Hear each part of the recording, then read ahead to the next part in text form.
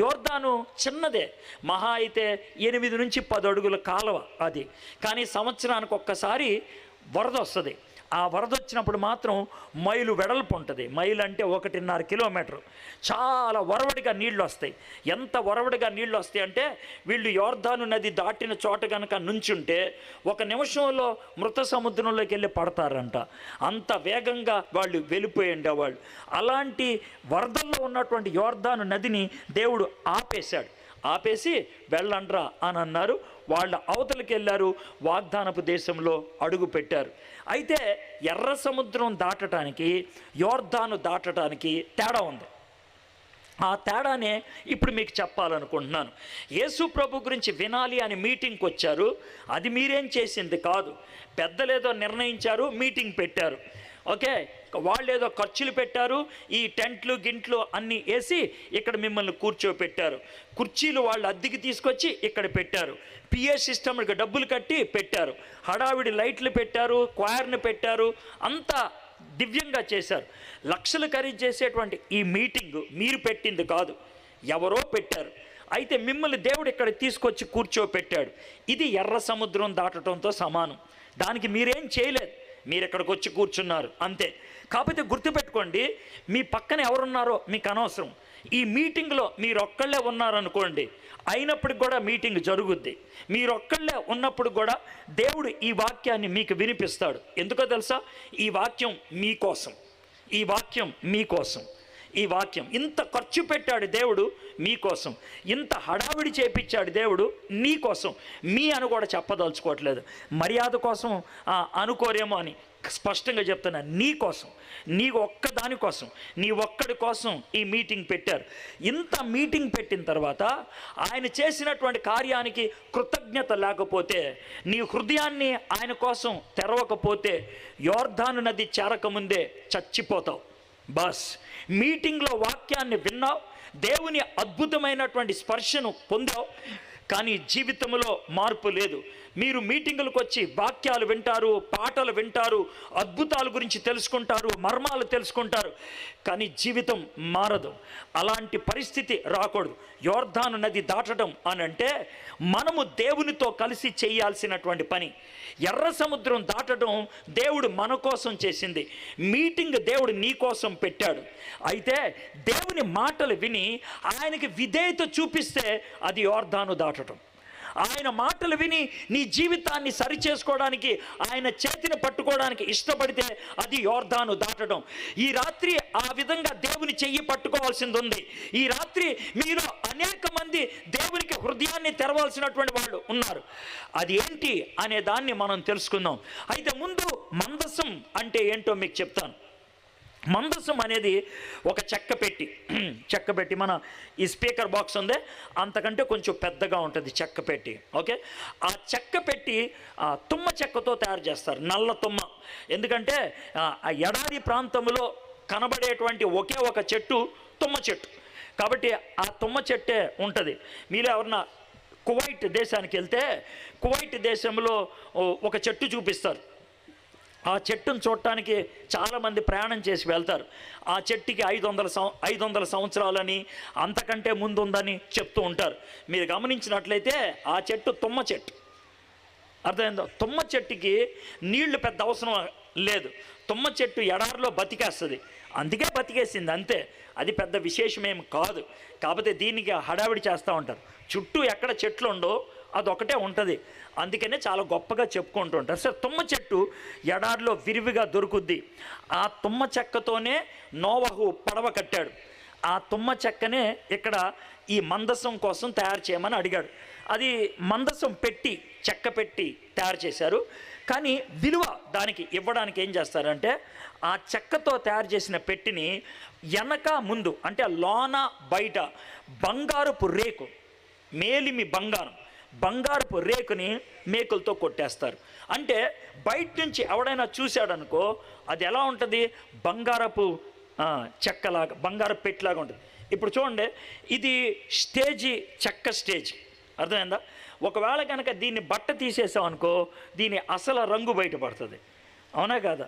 దీని బట్ట తీసేస్తే దీని అసలు హడావిడి ఏంటో బయటపడుతుంది. అయితే దానికి ఉన్న హడావిడి కనబడకుండా ఉండటానికి పైన ఒక పచ్చ దుప్పటి కప్పేశారు. ఓకే, కప్పేస్తే చాలా అందంగా కనబడుతుంది. అది అంటే తప్పేమంటలేదు, మీకు ఒక ఉదాహరణ చెప్తూ ఉన్నాను.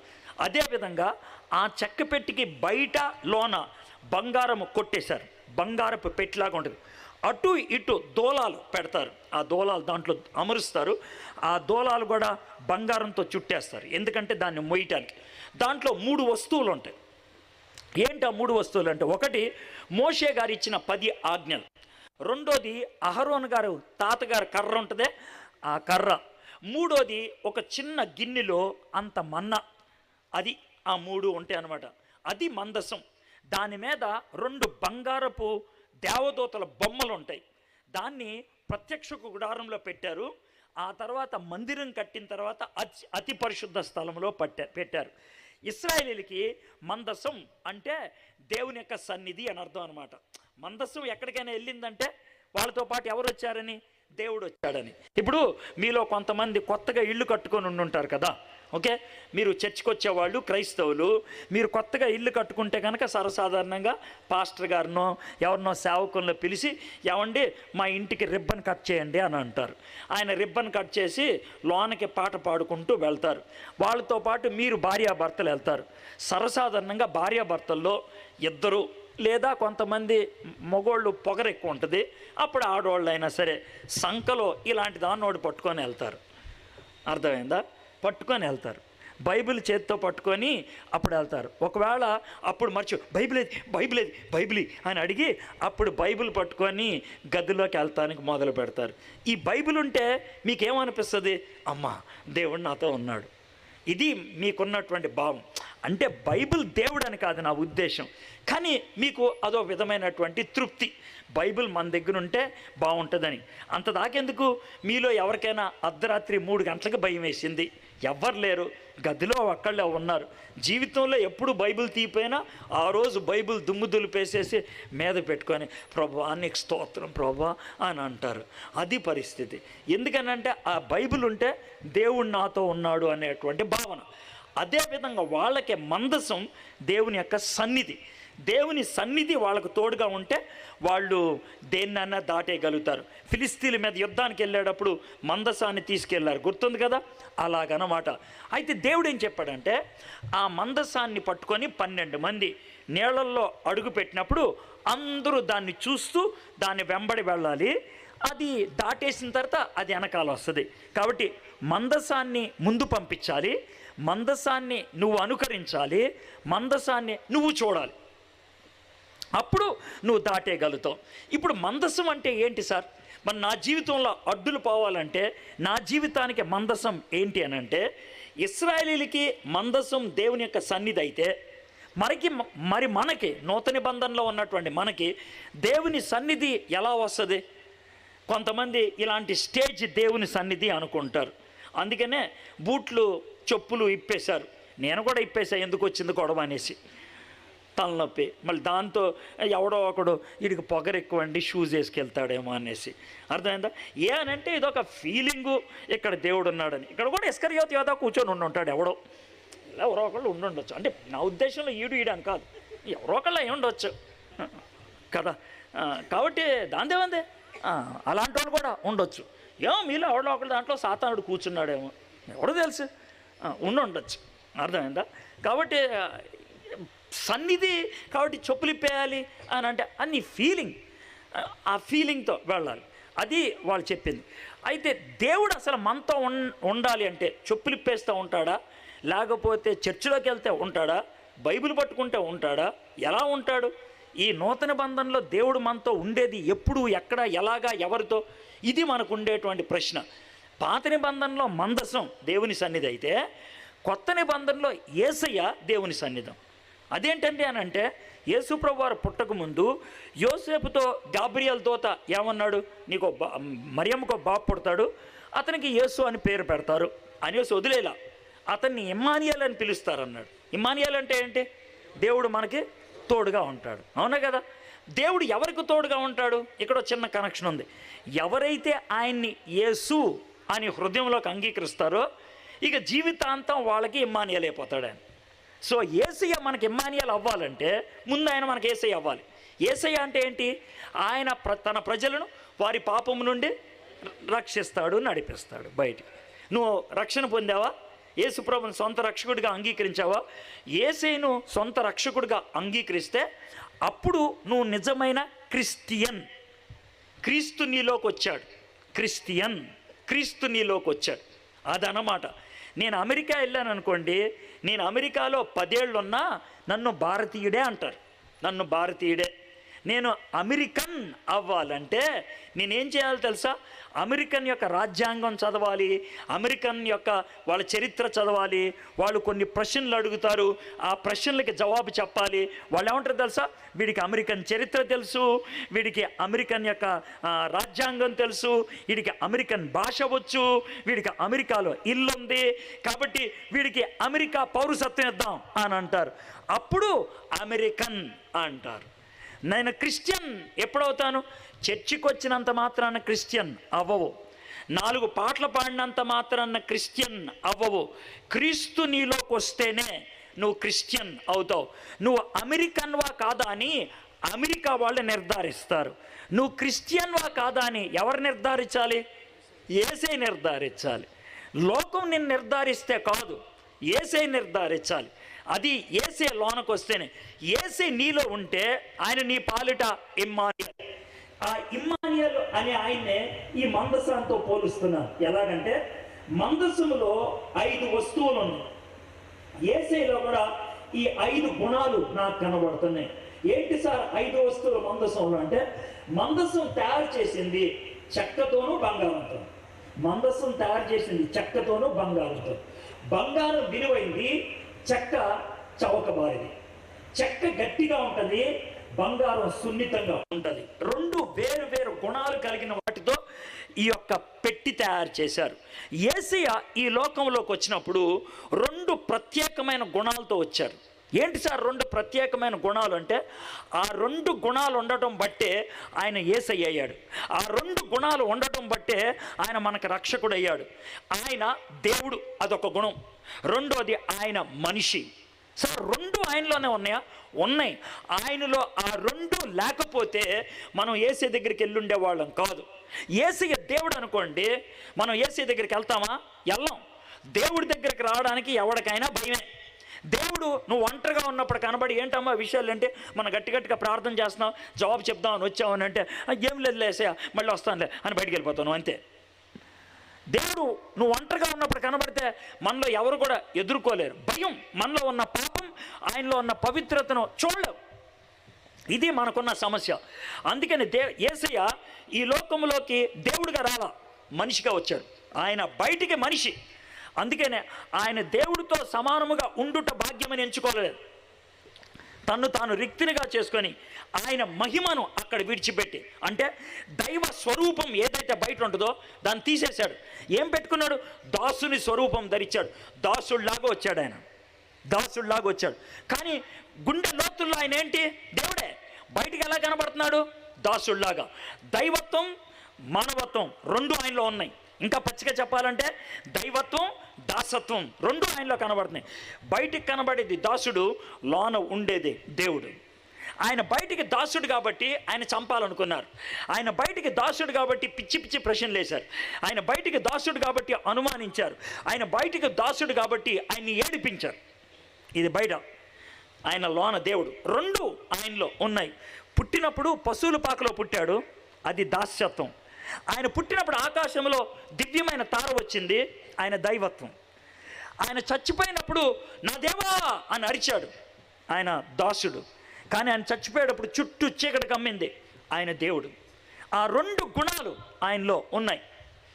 మూడోది మోషే గారి ధర్మశాస్త్రం. మోషే గారి ధర్మశాస్త్రం ఎందుకు ఇచ్చారు? మోషే గారి ధర్మశాస్త్రం థర్మామీటర్ లాంటిది.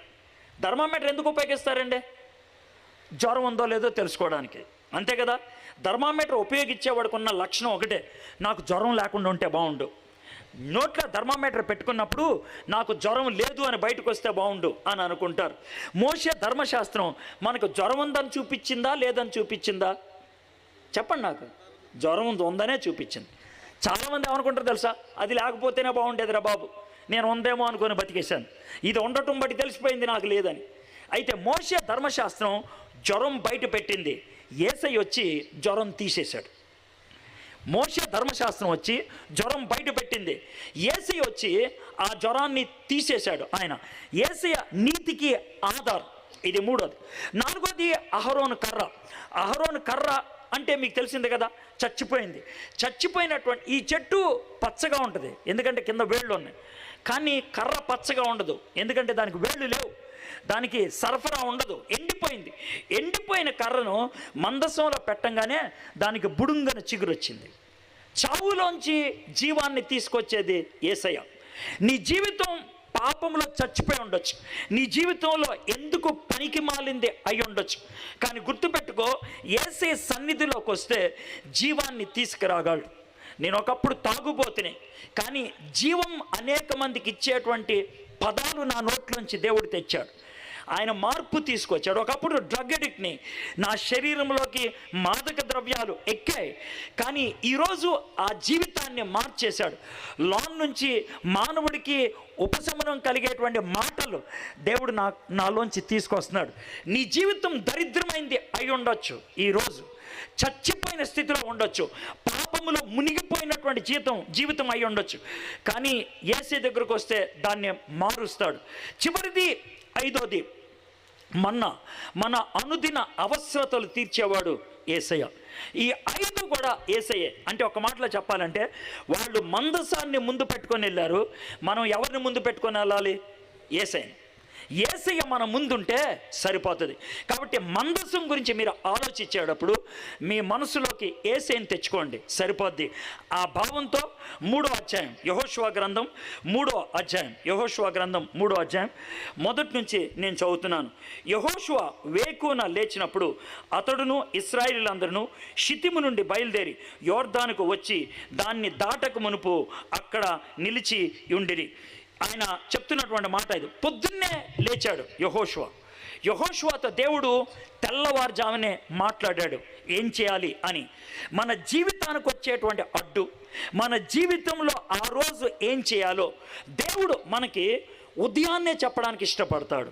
దేవునితో ఎవరైతే ఉదయాన్నే గడుపుతారో దేవుడు తన చిత్తాన్ని వాళ్ళకి బయలుపరుస్తాడు. ఆ రోజు ఏం చేయాలో దేవుడు తన ఉద్దేశాలు వాళ్ళకి బయలుపరుస్తాడు, ఏం చేయాలో. దేవుడు అలాంటి వాడు.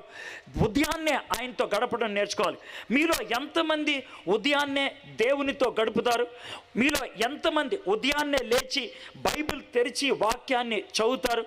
ఒకవేళ చదవకపోతే దేవుడు ఎలా అనుకుంటాడో మీకు చెప్తాను. ఒకవేళ మీరు ఒక ముఠాలో ఉన్నారనుకోండి, మీరే ముఠా మేస్త్రి అనుకోండి, మీ కింద 10 మంది ముఠా వాళ్ళు ఉన్నారు. ఒక ఇల్లు కట్టడానికని కాంట్రాక్ట్ తీసుకున్నారు. రోజు ఆ 10 మంది పనులను తీసుకొని పనికి వెళ్తావు. పనికి వెళ్ళంగానే పొద్దున్నే పనికి వెళ్ళక ముందు మీ ముఠాలో 10 మంది ఏం చేయాలి? నీ దగ్గరకు వచ్చి ఒకసారి చెప్పాలి, ఏం చేయమంటారు ఈరోజు అని అడగాలి. ఒకవేళ అడగకుండా పని చేస్తే మీకేమొస్తుంది? కోపం వస్తుంది. వీళ్ళు ఎందుకు నన్ను అడగట్లేదు? నన్ను అడిగితే నేను చెప్తాను కదా ఏం చేయాలో, నన్ను అడిగితే చెప్తాను కదా ఎక్కడికి వెళ్ళాలో. వాళ్ళు ముఠా మేస్త్రి అనుకునేది అది. యేసయ్య మన ముఠా మేస్త్రి. రోజు పొద్దున్నే ఆయన దగ్గరికి వెళ్ళి ఆదేశాలు తీసుకోవాలి, రోజు పొద్దున్నే ఆయనతో మాట్లాడాలి. దేవుడు మనకి నేర్పిస్తాడు. మీలో చాలామంది ప్రేమించుకునే వాళ్ళు ఉంటారు. మీరు ఒకవేళ లవ్ రిలేషన్లో ఉన్నారు అనుకుందాం, లవ్లో ఉన్నారు అనుకుందాం, మీకు బాయ్ ఫ్రెండ్ లేకపోతే మీకు గర్ల్ ఫ్రెండ్ ఉన్నది అనుకుందాం. అయితే ఆ టైంలో వాట్సాప్లో చాలా చాట్ చేసుకుంటారు సర్వసాధారణంగా. పొద్దున్నే లెగవంగానే ఎవడైనా ప్రేమలో ఉంటే చూసేది వాట్సాప్లో సర్వసాధారణంగా ఎవరినైతే ప్రేమిస్తారో వాళ్ళని పిన్ చేస్తారు. అంటే ఫస్ట్ పేరు వాళ్ళదే ఉంటుంది. వాళ్ళు మెసేజ్ పెట్టినా లేకపోయినా ఫస్ట్ పేరు వాళ్ళదే ఉంటుంది. వాళ్ళ ఫస్ట్ పేరు ఉంటుంది కాబట్టి చూస్తావు వాళ్ళు ఆన్లైన్లో ఉన్నారు కాబట్టి ఇప్పుడు నువ్వు ఎదురు చూస్తావు ఏమని? అవతల నుంచి నీకు ఒక మెసేజ్ వస్తుందని. ప్రేమించుకునే వాళ్ళు ఫస్ట్ మెసేజ్ ఏం పెట్టుకుంటారు? గుడ్ మార్నింగ్ బంగారం అని పెట్టుకుంటారు. ఈ మెసేజ్ కోసం చూస్తారు. ఆన్లైన్లో అవతల వ్యక్తి ఉన్నది లేకపోతే ఉన్నాడు, 10-15 నిమిషాలు అయిపోయింది, ఒక్క మెసేజ్ కూడా రావట్లేదు. నీకేమొస్తుంది? పిచ్చ కోపం వస్తుంది, అనుమానం వస్తుంది. ఈవిడి ఎవరితో మాట్లాడుతున్నది, లేకపోతే ఈడు ఎవరితో మాట్లాడుతున్నారు, ఎందుకని నాతో మాట్లాడట్లేదు, నా మీద కోపమా, నన్ను ప్రేమించట్లేదా, నాకంటే ఎక్కువ ఎవరైనా ఎక్కువయ్యారా, ఎన్ని ప్రశ్నలు వస్తాయో ఆలోచించండి. అయితే ప్రేమించుకునేటువంటి వాళ్ళ యొక్క ప్రేమ పవిత్రమైందో కాదో 190% తెలియదు. అనుభవించిన తర్వాత వదిలే బ్యాచ్లు చాలామంది ఉంటారు. సుఖం కోసం ప్రేమించేటువంటి వాళ్ళు చాలామంది ఉంటారు. అలాంటి ప్రేమలోనే తొలి వర్తమానం నీ ప్రియుడి దగ్గర నుంచి, ప్రియురాల దగ్గర నుంచి రావాలి అనుకుంటే, నిన్ను ప్రేమించి నీ కోసం చచ్చిపోయినటువంటి ఆ ప్రియుడు నువ్వు పొద్దున్నే లేచినప్పుడు గుడ్ మార్నింగ్ బంగారం అని ఆయనతో మాట అనాలని ఆశపడ్డా, అది చెప్పడానికి నీకు నామూషి అయితే, అలాగే తర్వాత చెప్తాను అంటే, నువ్వు ఆయన్ని ప్రేమిస్తున్నావు అంటే ఎవడు నమ్ముతాడు? నువ్వు ఆయన్ని ప్రేమించకుండా, ఆయన్ని పట్టించుకోకుండా, ఆయనకి ఇవ్వాల్సిన స్థానం ఇవ్వకుండా నీ జీవితంలో సరి అవ్వాలి అంటే ఎక్కడవుతుంది? అవ్వదు. నేను వచ్చిన ఇంగ్లాండ్ దేశం వెళ్ళాను. ఇంగ్లాండ్ దేశం వెళ్తే నేను ఎవరింట్లో ఉన్నాను, ఆయన అన్నాడు, అన్నా మీకు ఎప్పటి నుంచో చూపించాలనుకున్నాను, మీరు 10 గంటలకల్లా రెడీ అయితే చూపిస్తానన్నాడు. ఏంటంటే ఇక్కడ బ్యాంక్ ఉందన్నా, అది చూడాలి అన్నాడు. నేను అనుకున్నాను చాలా పెద్ద బ్యాంక్ అనుకుంటా, 10 గంటలకు తెలుస్తాడేమో, అందుకు తీసుకెళ్తున్నాడు అనుకున్నాను. వెళ్ళాడు, కారు ఆగింది, బయటకు వచ్చి పెద్ద పెద్ద బిల్డింగ్లు చూస్తున్నాం. ఏమీ లేవు అక్కడ పెద్ద బిల్డింగ్లు, అన్ని మామూలుగా చిన్న చిన్న బిల్డింగ్లు ఉన్నాయి. ఒక చిన్న కొట్టు లాగా ఉంది, ఏటీఎం లాగా. అక్కడ పైన బార్క్లే బ్యాంక్ అని ఉంది. ఈ బ్యాంక్ ఏమన్నా చూపిద్దామనంటే చూశాను, దీన్ని చూపిస్తానికి ఏంటి అక్కడ తెచ్చాడు అని అనుకున్నాం. లోనకి వెళ్ళాను. లోనకి వెళ్తే ఈ ఎడం పక్కన ఒక అద్దాల పెట్టి ఉంది. ఆ పెట్టిలో ఇలాగ తెరిచినటువంటి ఒక పుస్తకం ఉంది, పెద్ద పుస్తకం, ఎంతకంటే పెద్దది. చూడండి అని అన్నాడు. చూశాను, ఇంగ్లీష్ అక్షరాలు అర్థం కావట్లేదు. ఏంటమ్మా ఏ అని అన్నా అంటే, ఇది బైబిల్ అన్నా అన్నాడు. బైబిల్ బ్యాంకులో ఎందుకు పెట్టారు, అద్దాల పెట్టిలో ఎందుకు పెట్టారంటే, ఈ బైబిల్ కోట్లు ఖరీదు చేస్తుంది అన్నాడు. ఎందుకని కోట్లు ఖరీదు చేస్తుంది? బంగారంతో ఏమన్నా చేశారా? లేదు, మామూలు పేపరే. ఎందుకు అంత విలువైంది? చాలా పురాతనమైందా? 230 సంవత్సరాలు. మరి ఎందుకు అంత విలువైంది? ఈ బైబిల్ మేరీ జోన్స్ అనే ఒక అమ్మాయిది, అందుకే అంత విలువైంది. అవునా? ఏంటి ఆమె యొక్క గొప్పతనం ఏంటి? ఎందుకని ఈ బైబిల్కి అంత విలువ వచ్చింది అని అంటే, మేరీ జోన్స్ అనే అమ్మాయి 7 ఏళ్ళు ఉన్నప్పుడు ఈ ఊర్లో ఉండేది. ఆమె ప్రతిరోజు సండే స్కూల్కి వెళ్ళేది, ప్రతి ఆదివారం. సండే స్కూల్లో ఆమెకు ఒక పాఠం నేర్పించేవాడు. 11వ ఏట దాకా ప్రతి వారం ఒక పాఠం నేర్చుకుంది. 11వ ఏడు వచ్చేటప్పటికి ఆమెకి బైబిల్ చదవటం, రాయటం వచ్చేసింది. కాబట్టి ఆమె వెళ్ళి, టీచర్ గారు నాకు బైబిల్ చదవటం వచ్చండి, కాబట్టి నాకు బైబిల్ ఇచ్చారా, మీరు వారానికి ఒకటే పాఠం నేర్పిస్తున్నారు, నేను మొత్తం అన్ని కూర్చొని చదివేసుకుంటాను, నాకు చదవాలంటే చాలా ఇష్టం అని అంటే, టీచర్ అంది, బైబిల్ నీకు ఇవ్వడానికి లేదు, చాలా ఖరీదవుతుంది. ఎంత ఖరీదవుతుంది అంటే చెప్పింది. అవునా అని తలదించేసుకొని వెళ్ళిపోయింది. కానీ బైబిల్ కొనుక్కోవాలి, డబ్బులు కావాలి. అందుకనే 3 గంటలకి స్కూల్ నుంచి రాగానే గబగబా ఆ పుస్తకాలు పెట్టేసి 3:30కి అడవికి వెళ్ళిపోయేది. 2 గంటల సేపు వెలుగున్నంతసేపు 5:30 దాకా పుల్లలు కొట్టేది. చిన్న పాప ఆ కట్టెలు మోసుకొని వచ్చి ఇంట్లో కుప్ప పెట్టేది. శని ఆదివారం స్కూల్ ఉండేది కాదు. ఆ రోజుల్లో ఆ పుల్లలు అమ్మేది. వచ్చిన ప్రతి పైసా ఒక చిన్న బరిలో వేసింది. అలాగా 5 సంవత్సరాలు చేసింది. 16వ ఏట ఆమెకి డబ్బులు సరిపడే వచ్చినాయి అనిపించింది. ఆ బరిని తీసుకొని, టీచర్ గారు ఇదిగోండి డబ్బులు, నాకు బైబిల్ ఇవ్వండి అని అంటే, పిచ్చి పిల్ల, బైబిల్ నా దగ్గర లేదే, బైబిల్ చార్ల్స్ థామస్ అనే ఆయన దగ్గర ఉంటుంది. ఆయన ఎక్కడ ఉంటాడు? ఇక్కడికి 42 కిలోమీటర్లు బాలా అనే ఊర్లో ఉంటాడు అని అంటే, అవునా అని ఇంటికి వెళ్ళి, మమ్మీ బైబిల్ మా టీచర్ దగ్గర లేదంట, బాలా అనే ఊర్లో ఉన్నదంట. అవునా, 42 కిలోమీటర్లు మా బాల. ఒక పంచే, పొద్దున్నే 5 గంటలకి నువ్వు నడవటం మొదలు పెట్టావనుకో, సాయంత్రం చీకటి పడక ముందే వెళ్ళిపోవచ్చు. ఇలాగా అడవికి అడ్డంగా నడుచుకుంటే వెళ్ళిపోవాలి. అంటే 16 సంవత్సరాల పాప, కాళ్ళకి చెప్పులు కూడా లేవు, ముళ్ళ కంపల మధ్య నుంచి అడవిలో నడుచుకుంటూ పొద్దున్న 5 గంటలకు మొదలైతే సాయంత్రం 6 గంటలకు చేరింది. 13 గంటలు నడిచింది ఆమె. అక్కడికి వెళ్ళిన తర్వాత, సార్ ఇక్కడ చార్ల్స్ థామస్ గారు ఎక్కడ అంటే, ఇగో ఆయనే అని అన్నారు. వెళ్ళి తలుపు కొట్టింది. ఆయన బయటకు వచ్చాడు, పెద్ద ఆయన. ఏం కావాలమ్మా అంటే, బరిని చూపించి, ఇగోండి డబ్బులు, మీ దగ్గర బైబిళ్ళు ఉంటాయి అంట కదా, ఒక్క బైబిల్ కావాలి నాకు అని అంటే, ఆయన ఎక్కువసేపు కూడా చూడలేదు, తలుపు వేసేస్తూ అన్నాడు, అమ్మ క్షమించు, బైబిళ్ళు అయిపోయినాయి, అమ్మేశాను అన్ని అని తలుపేసి లోనికి వెళ్ళిపోయాడు. ఆ బరిని పక్కకు పెట్టి బయట ఒక బండ ఉంటే దాని మీద కూర్చొని తలపైకి ఎత్తి, దేవా నేనేమన్నా ఆస్తి అడిగానా, అంతస్తు అడిగానా, అందం అడిగానా, ఏమడిగాను నేను? నీ వాక్యం కావాలని అడిగాను. నీ వాక్యం కూడా నాకు ఇవ్వవా? నేను వృత్తిని అడిగానా? 10 ఏళ్ళు ఎదురు చూసా, 5 ఏళ్ళు కష్టపడ్డా, కనీసం చెప్పులు కూడా కనుక్కోలేదు, 42 కిలోమీటర్లు అడ్డంగా నడుచుకొని వచ్చాను, కనీసం నాకు నీ వాక్యం ఇవ్వవా అని ఆమె అరుస్తుందంట. కిటికీలోంచి చార్ల్స్ థామస్ చూశాడు, తలుపు తీసి ఇదిగో మా బైబిల్ అని ఇచ్చాడు. ఆమె బైబిల్ తీసుకొని కోపంగా అన్నదంట, ఇందాకే వచ్చు కదా ఈ బైబిల్, ఇప్పుడు ఎందుకు ఇచ్చావు అని అంటే, ఈ బైబిల్ అమ్మేది కాదు, ఇది నాది, నా బైబిలే నీకు ఇస్తున్నా, కిటికీలోంచి చూశాను నీ ఏడుపు, అందుకే ఇస్తున్నాను, తీసుకెళ్ళి చదువుకో. మరి మీ పరిస్థితి ఏంటి? నేను ఎవరినో ఒకరిని అడుక్కొని చదువుకుంటానులే, కొన్ని రోజుల తర్వాత నేను కొనుక్కుంటాను అని అంటే, ఆ బైబిల్ తీసుకొని తర్వాత రోజు పొద్దున్న బయలుదేరి సాయంత్రానికి ఇంటికి వెళ్ళింది. ఆ రోజు నుంచి చచ్చిపోయేదాకా ప్రతిరోజు పొద్దున్నే 3 అధ్యాయాలు చదివేదంట. శని ఆదివారాలు 5 నుంచి 7 అధ్యాయాలు చదివేదంట. ఆమె చచ్చిపోయే లోపల 216 సార్లు చదివిందంట ఆ బైబిల్. అందుకనే ఆ బైబిల్ని అలాగే పెట్టించారు. ఇదొకటే కారణం కాదు, ఇంకో కారణం ఉంది. చార్ల్స్ థామస్ 3 వారాల దాకా సొంత బైబిల్ లేదు. 2 వారాల తర్వాత టెన్షన్ పడిపోయాడు. తన మిత్రులందరిని పిలిచి అన్నాడు, బైబిల్ చదవాలని ఆతృతున్నప్పుడు చదవడానికి బైబిల్ లేకపోతే ఎంత కష్టంగా ఉంటుందో నాకు అర్థమవుతుంది. మిమ్మల్ని బ్రతిమలాడి బైబిల్ తెచ్చుకొని చదువుతుంటే నాకెంతో బాధగా ఉంది. అయితే ఇప్పుడు ఏం చెప్తా ఉన్నా? ఏమి లేదు, నాలాగా బాధపడేవాడు చాలా మంది ఉండుంటారు. మేరీ జోన్స్ లాగా బైబిల్ చదవాలని ఆశ కలిగిన వాడు చాలా మంది ఉండుంటారు. కానీ బైబిల్ అందరికీ అందుబాటులో లేదు. మనం చేద్దాం అందరికీ అందుబాటులో అంటే సరే అని అందరూ డబ్బులు వేసుకొని ఒక సంస్థను ఆరంభించారు. ఆ సంస్థ వేల్స్ లో మొదలైంది. వేల్స్ అనేది ఒక దేశం. ఆ వేల్స్ లో మొదలైనటువంటి సంస్థ 172 దేశాలకి ఈరోజు వ్యాప్తి చెందింది. 200 సంవత్సరాల చరిత్ర కలిగినటువంటి ఈ సంస్థ ఒకే ఒక పని చేస్తుంది. ఏంటనంటే బైబిల్ ముద్రించి మనుషులకి ఇస్తుంది. ఆ బైబిల్ ముద్రించి మనుషులకి ఇచ్చేటువంటి ఆ సంస్థ పేరు బైబిల్ సొసైటీ ఆఫ్ వేల్స్.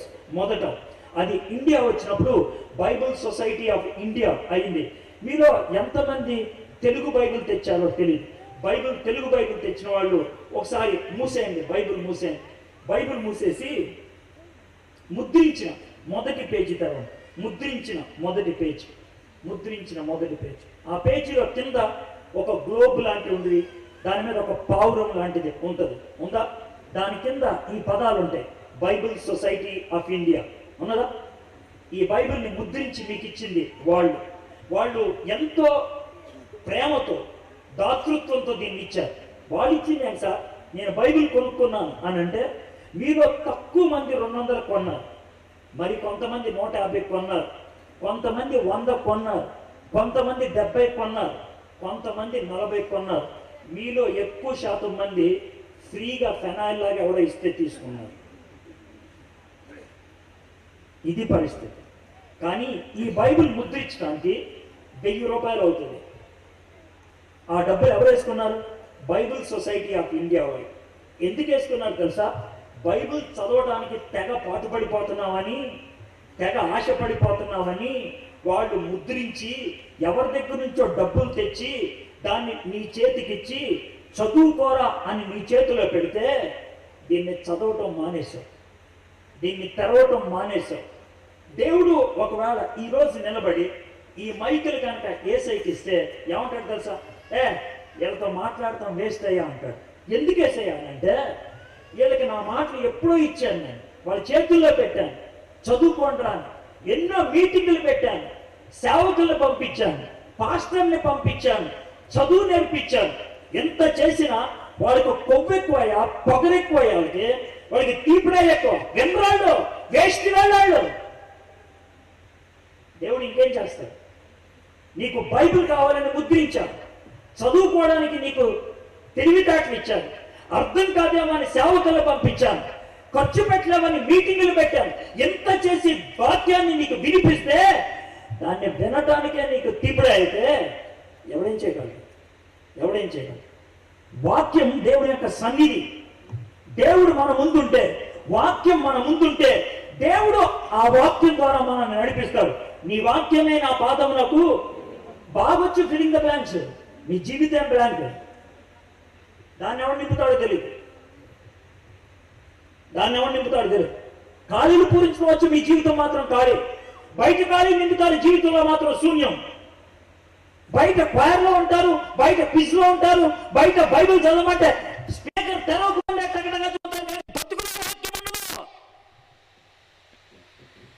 బతుకులో వాక్యం ఉండదు.